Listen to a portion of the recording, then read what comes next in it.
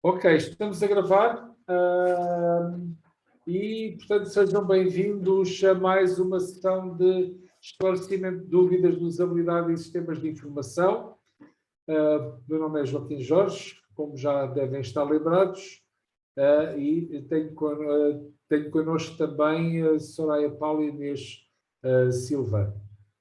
Sejam bem-vindos e, a partir daqui, façam favor, estejam à vontade para colocar dúvidas ou questões. Portanto, esta semana, após terem feito os vossos protótipos de baixa fidelidade, a ideia é fazer a avaliação heurística dos colegas. A avaliação heurística está descrita em detalhe nos slides que disponibilizamos. Existem vídeos também para a visualização do processo e podem encontrar detalhes no livro, nas páginas 193 a 198, em que se fala de quase todos os tipos de avaliação. Antes de prosseguirmos, gostava de dar um aviso à navegação que no sábado, este sábado, dia 13 de novembro, os servidores do técnico vão estar em baixo para manutenção. Portanto, por favor, não entrem em pânico. Aproveitem o tempo para ler um bocadinho do livro, que é uma coisa que faz bem à saúde e à nota. Tenho verificado algumas dúvidas que as pessoas colocam no fórum, que as colocam antes de ler o livro. Como eu já respondi a 2 ou 3 questões, convinha de facto ler o livro. E também, para os colegas que não estão aqui, com especial destaque para, como é que ele se chama? O Helder Pinto parece ser uma pessoa muito impaciente. Eu gostava de chamar-vos a atenção que nós compreendemos realmente o stress e a preocupação das pessoas que colocam posts no fórum e 10 segundos depois ainda não viram a avaliação. Mas tenham que, mais uma vez, gostava de chamar a atenção para que nós somos pessoas de carne e osso como vós, não somos bots, pelo menos espero que não acreditem nisso, e, portanto, levamos o nosso tempo, temos outros compromissos e não fazemos avaliação instantânea de posts, não temos, de facto, bots para avaliar posts, mas, de facto, mensagens deste teor às vezes fazem desejar ter um bot de autorresposta para contentar um bocadinho as ansiedades de alguns de vós. Não estou a falar de nenhuma das pessoas presentes, claro. Portanto, mais uma vez, aviso à navegação. No sábado os servidores estarão em baixo e, portanto, aproveitem para ler o livro. Leiam muito o livro, faz bem à saúde. É como o médico diz. Margarida. Boa Olá, noite. boa tarde. Relativamente, no seguimento desse alerta que nos deu, nesse sentido, será possível disponibilizar o teste mais cedo? Porque como ele vai estar disponível só sexta-feira à noite, não é? Se calhar à noite já não o faríamos e iríamos deixar para sábado. Se sábado vai estar indisponível, há alguma possibilidade de, por exemplo, ser disponibilizado amanhã de manhã ou à meia da manhã, não sei, algo nesse sentido? Obrigado pela questão, Margarida. Falta para se fazer uma segunda passagem pelas perguntas. Nós fazemos geralmente uma revisão das perguntas antes de abrir o teste e no último houve uma que falhou, que tinha a resposta incorreta assinalada. Como eu disse, nós somos humanos. Isso já está retificado, mas eu preferia retificar antes e não retificar depois. Portanto, ele ainda não está aberto porque ainda não tivemos a ocasião de rever uma segunda vez as perguntas. Mas sim, espero abri-lo mais cedo, na sexta-feira e não no sábado, tendo em atenção que vamos ter essa interrupção de serviço. Obrigada. Mais perguntas? Eu tenho mais perguntas, posso continuar com a mão no ar. Mais ninguém tem a mão no ar, Margarida, força. Então, as minhas dúvidas prendem-se mais pelo que é que nós podemos enquadrar em cada heurística. Porque eu já comecei a fazer a avaliação dos trabalhos dos colegas e às vezes tenho medo de estar a ser muito repetitiva na heurística que estou a utilizar e se calhar até se poderia enquadrar em outras situações. Nomeadamente, na primeira, em que o título é o tornar o estado do sistema visível e que os exemplos dados prende-se essencialmente por barras de progresso, percebermos em que fase é que estamos, ou em que percentagem do todo é que estamos, que outros erros ou melhorias nós podemos enquadrar nesta heurística? Margarida, isso uma ótima pergunta e eu agradeço ela aparecer porque isto é uma dúvida muito genérica em relação às heurísticas que eu gostava de esclarecer, que é o seguinte: tornar o estado do sistema visível pode-se revestir de uma miríade de aspectos. Por exemplo, se vocês olharem para a vossa janela do Zoom, existe um botãozinho no canto na barra superior, não sei se estão a ver, se não, que mostra um círculozinho vermelho a pulsar e com as palavras recording ao lado, certo? Certo. Isso é uma maneira de tornar, isto é uma forma de tornar o estado do sistema visível, ou seja, todos nós que estamos aqui nesta sessão olhamos para aquele elemento gráfico e temos uma indicação do que é que está a acontecer. Portanto, isto é uma forma como o Zoom mostra o estado do sistema visível. Mostra o estado do sistema visível. Há nesta janela, por exemplo, mais uma série de outras opções. Por exemplo, se vocês olharem para os vários retângulos que aparecem aqui na mesma janela, junto de uma série deles aparece um símbolo do microfone pintado a vermelho com tracinho por cima. Isso também é outra forma de tornar o estado do sistema visível. Ou seja, mostra que uma série de participantes desta reunião não têm o microfone ativo e, como tal, portanto, estão em mute. São nós dois é que, neste caso, neste momento, não estamos em mute. Isto também é uma forma de tornar o estado do sistema visível, Margarida. Okay. A outra forma de tornar o estado do sistema visível, por exemplo, é aquelas etiquetas com o nome de cada um de nós junto nas respectivas janelas.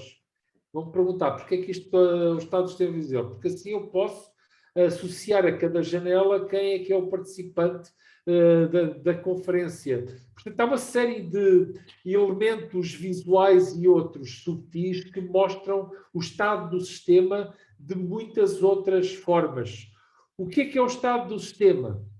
Bom, é uma coisa que nos indica o que é que me permite prever o que é que eu posso fazer em termos de ações e qual é que será o resultado previsível dessas ações.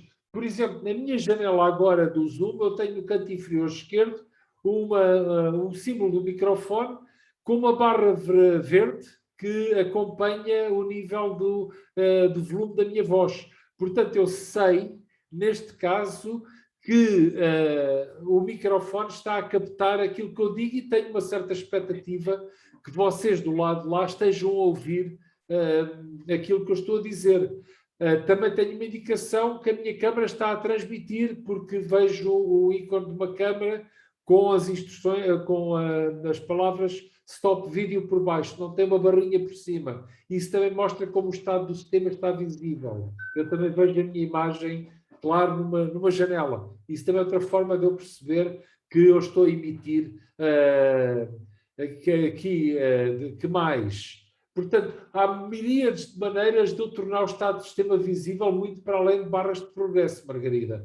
Portanto, todas as coisas, todos os elementos da interface que me permitem perceber o que é que eu fiz, que ações posso fazer e que resultado é que essas ações podem ter, podem ser abrangidas pelo tornar o estado do sistema visível. Não sei se fui claro na minha resposta. Não, foi. Tinha só uma Sim, outra questão. Então, por exemplo, nesta heurística em específico, um ecrã que, por exemplo, não nos indica, como é que eu hei de explicar? É que não queria estar a expor aquilo que eu considero um erro de um trabalho de alguém, que sim, é o primeiro ecrã que me aparece para avaliar tem um botão de anterior, mas eu não sei o que é que está antes. ok. Eu posso considerar isso como um erro, porque na verdade, eu se carregar naquele botão, eu não sei para onde é que eu vou. Existe outras heurísticas que se podem aplicar aí, obrigadinho mais uma vez pela pergunta. A ideia das heurísticas, elas são propositadamente vagas para servirem de guias, para indicar e dar feedback aos colegas para os ajudar a melhorar o desenho. E aquilo que o professor pode aplicar a todas as heurísticas que puderem ser aplicáveis naquele contexto, vale a pena mencioná-las e explicar porquê. Por exemplo, uma das heurísticas que podiam ser aplicadas aí é evitar erros. Outra coisa é auxiliar a navegação. E, portanto, como eu estou a dizer, todas as heurísticas que puderem ser aplicáveis podem e devem ser mencionadas. Vale mais a pena errar por excesso do que por defeito. Ok? Ok, sim.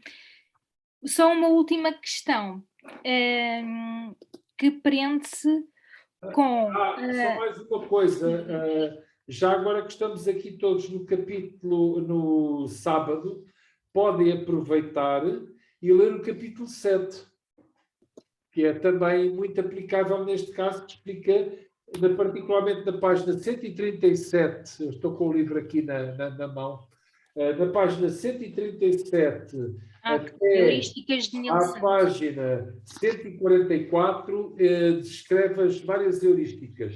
Okay. E, portanto,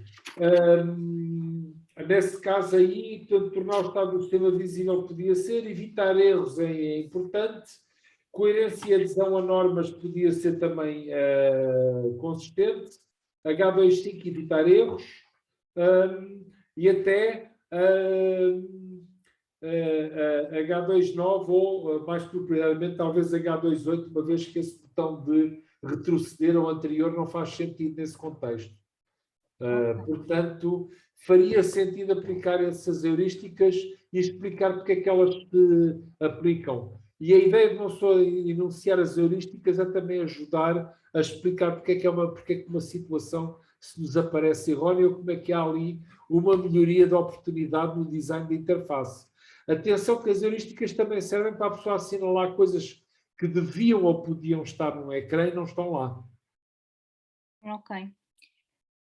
A minha última questão tinha a ver com 2.4 da consistência e aderência. Sim, consistência e aderência, em que, sim, em que nós temos o mesmo botão com a mesma função, mas com nomes diferentes, e em que nós tínhamos isto para manter aquele padrão. A minha questão é se eu vou colocar esse detalhe em todos os ecrãs ou basta-me indicar num? Olha, uma boa pergunta. Numa primeira fase, se indicar nos ecrãs, e de facto os nomes diferentes é uma violação clara dessa heurística, da interface ser consistente. Posição dos botões, nomes, para a pessoa poder associar a função a uma posição no ecrã e a um nome correto. E, portanto, numa primeira fase apontar em todos os ecrãs, numa segunda fase, e vale a pena chamar a atenção. Portanto, como eu disse, o objetivo construtivo desta semana é vocês ajudarem os vossos colegas a melhorar o desenho deles. E, portanto, quantos mais erros ou violações heurísticas ou oportunidades de melhoria, vamos chamar-lhe oportunidades de melhoria, vocês identificarem, mais estarão a ajudar os vossos colegas. Portanto, aquele número de 5 é um patamar inferior. Depois, se os erros se verificam sistematicamente em todos os casos, houve aqui uma pergunta que alguém fez no fórum, que era como é que nós fazemos? Repetimos as mensagens de todos os colegas? Não, há uma segunda fase. Depois de cada um de vocês avaliar o design dos vossos colegas, é fazer um relatório consolidado, onde vocês identificam os erros e, em vez de estarem a mandar 3 mensagens de 3 pessoas diferentes para o mesmo problema, oportunidade de melhoria, vocês consolidam isso num relatório só. E então, nessa altura, é que usam o indicador de severidade para dizer, bom, isto é uma coisa que ocorre sistematicamente numa série de ecrãs, na maior parte dos ecrãs, e isso deveria aumentar a prioridade para os vossos colegas terem atenção e corrigirem esse erro. Portanto, notem, uma avaliação heurística não fica completa sem vocês dizerem onde é que isto está a acontecer, qual é que é a heurística ou heurísticas que são violadas.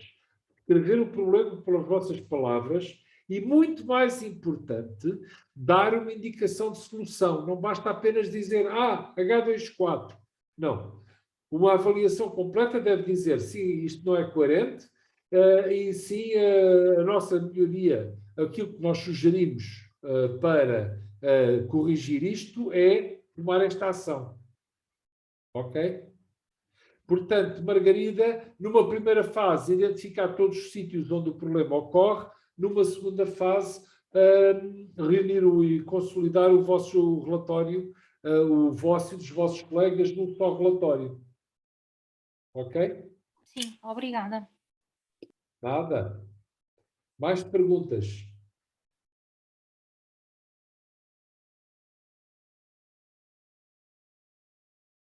Ok.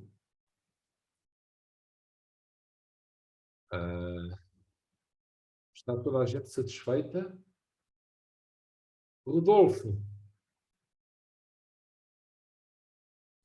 Boa tarde a todos. Tenho uma pequena Olá, boa questão. tarde. Depois de examinar alguns trabalhos de uns colegas, eu fiquei um bocado na dúvida. Talvez uma pergunta parva, mas gostava de perceber qual é a diferença entre um cenário de interação e um storyboard. A pergunta parece que não faz sentido, mas eu estava aqui a ver um storyboard que de certa forma, parece-me mais um cenário de interação. E eu não por conta uma história, não é? E não sei, é realmente confuso. Ok, boa, uma ótima pergunta, ainda bem que ela aparece. Bom, um storyboard e um cenário de interação são duas coisas muito diferentes.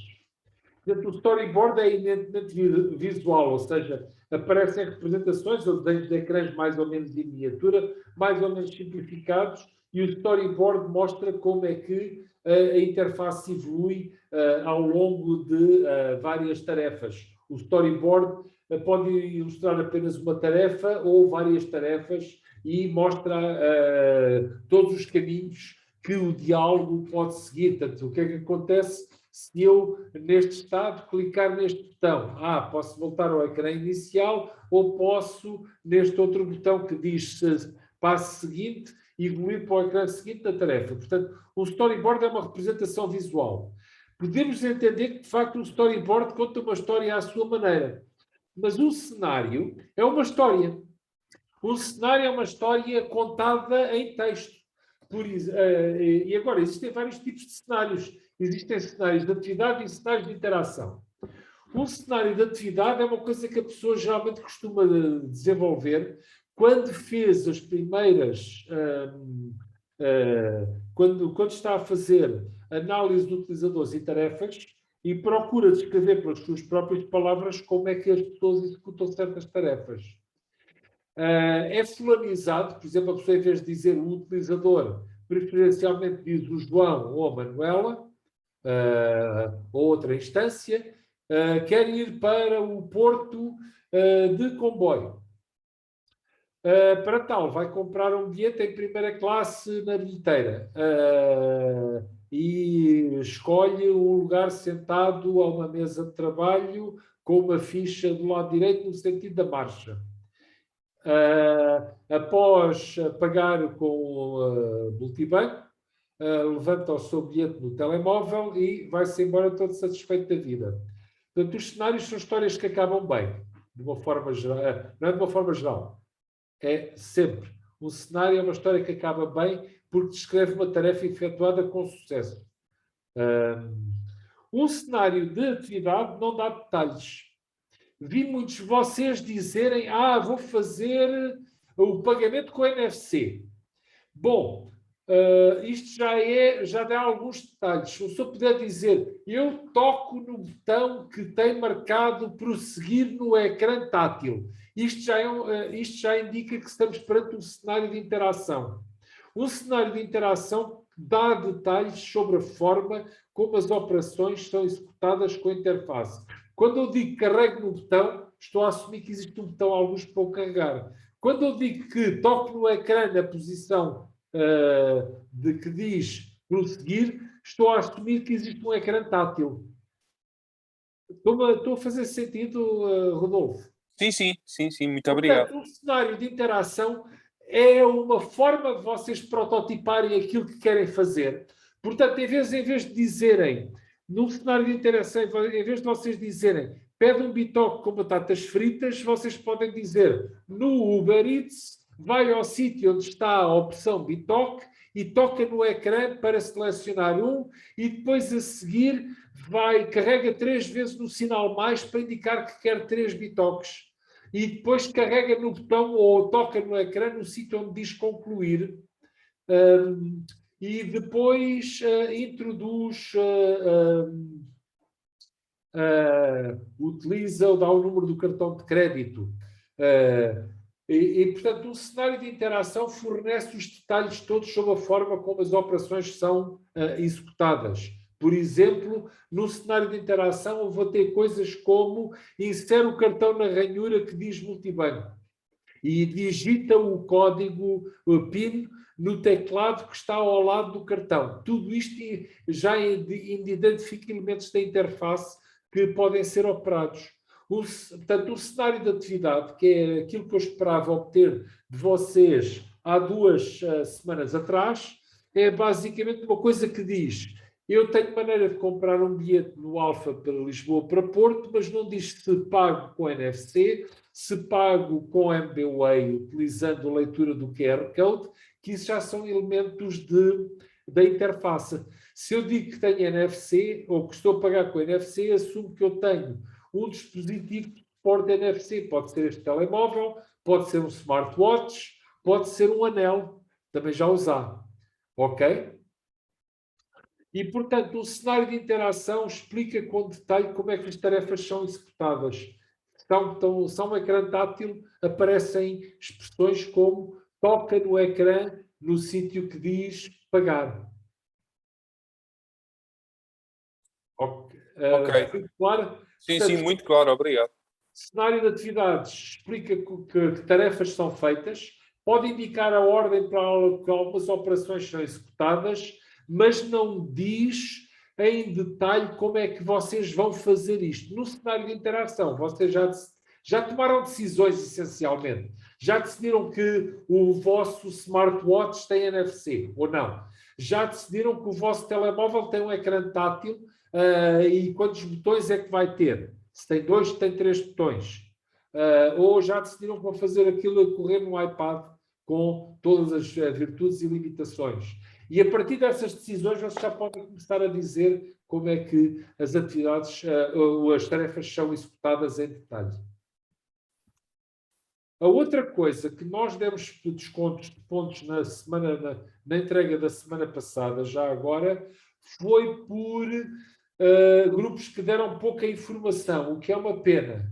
Nós esperamos, nesta altura, que vocês incluam nos vossos protótipos de baixa fidelidade ecrãs suficientes para fazer mais do que apenas uma tarefa. Ou seja, eu posso só precisar de 3 ecrãs para fazer uma tarefa. Mas se eu, na minha funcionalidade, vou ter mais outras 4 ou 5, seria bom mostrar outros ecrãs por contexto, para permitir o suporte para mais do que uma tarefa. Nós agora só vos estamos a pedir para delinearem uma tarefa, mas seria bom, de facto, nesta altura do desenho, vocês apresentarem desenhos tão ricos como possível dentro do espaço, dentro do lapso de tempo limitado que vos é dado, eu sei que têm pouco tempo, para poderem ter uma ideia melhor, e os vossos colegas também, de uma ideia melhor do contexto em que as operações são executadas. Porque se não há duas maneiras alternativas da pessoa executar uma tarefa, como é que vocês podem perceber se elas se enganam ou não? É um bocadinho a lógica do caminho de ferro. Se só há dois carris que levam de Santa Apolónia a Campanhã, não há hipótese das pessoas se perderem pelo caminho. Fiz-me entender? Sim, muito obrigado. Nada. Mais perguntas?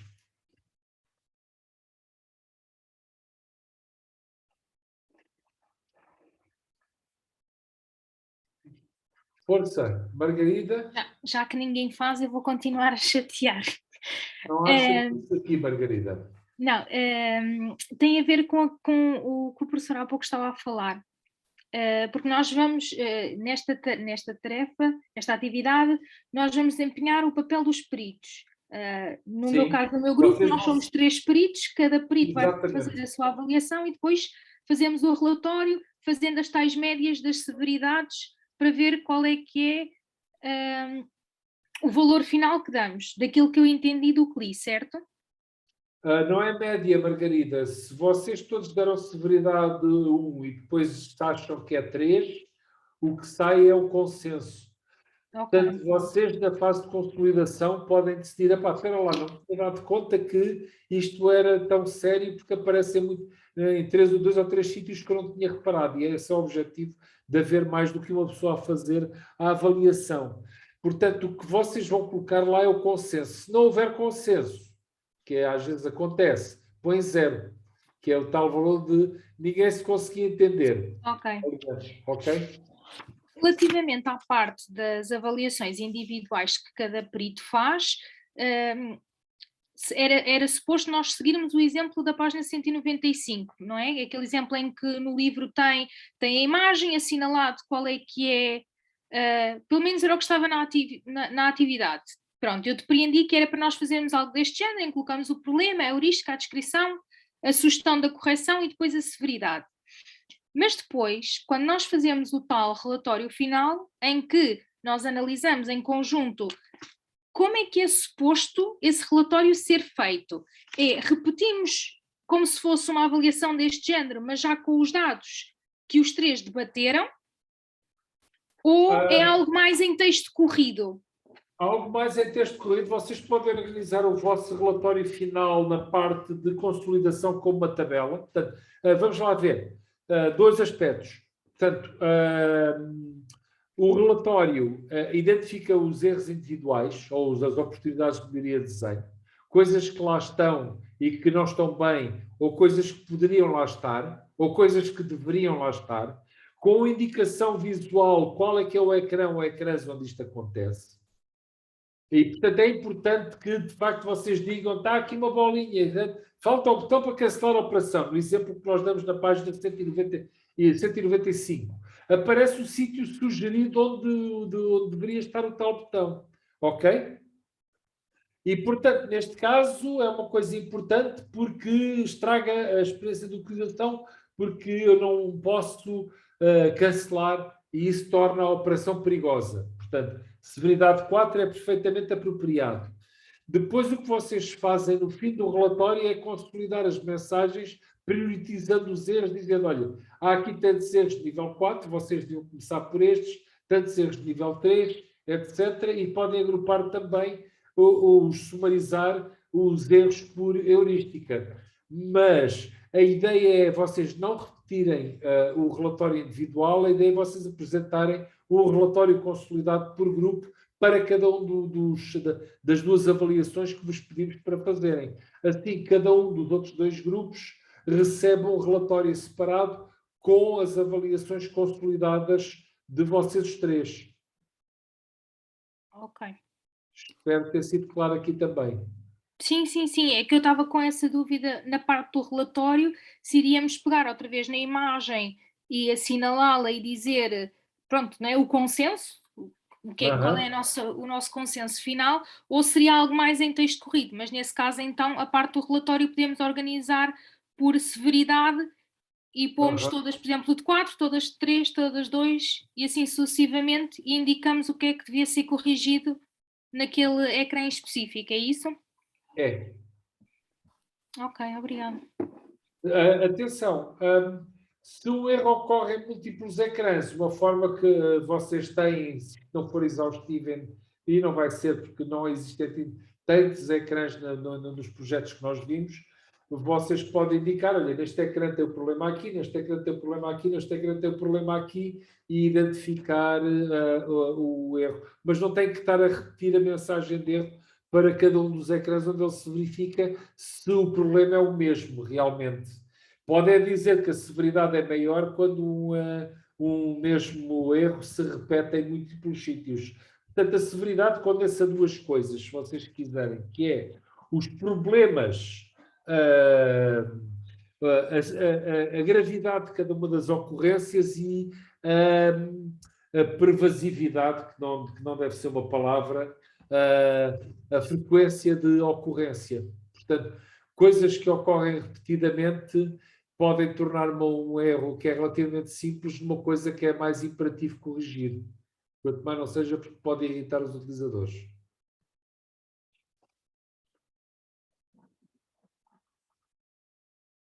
Não sei se fui claro aí também. Margarida. Para mim foi, sim. Ok. Mais perguntas?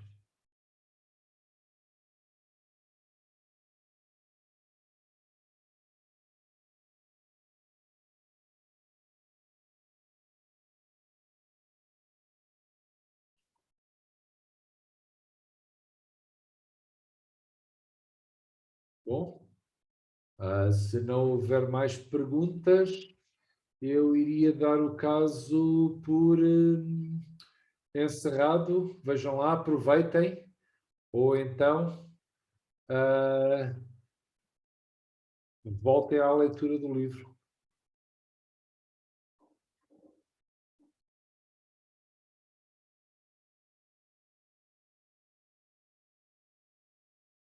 Ok, se não há mais perguntas, então desejo-vos bom trabalho.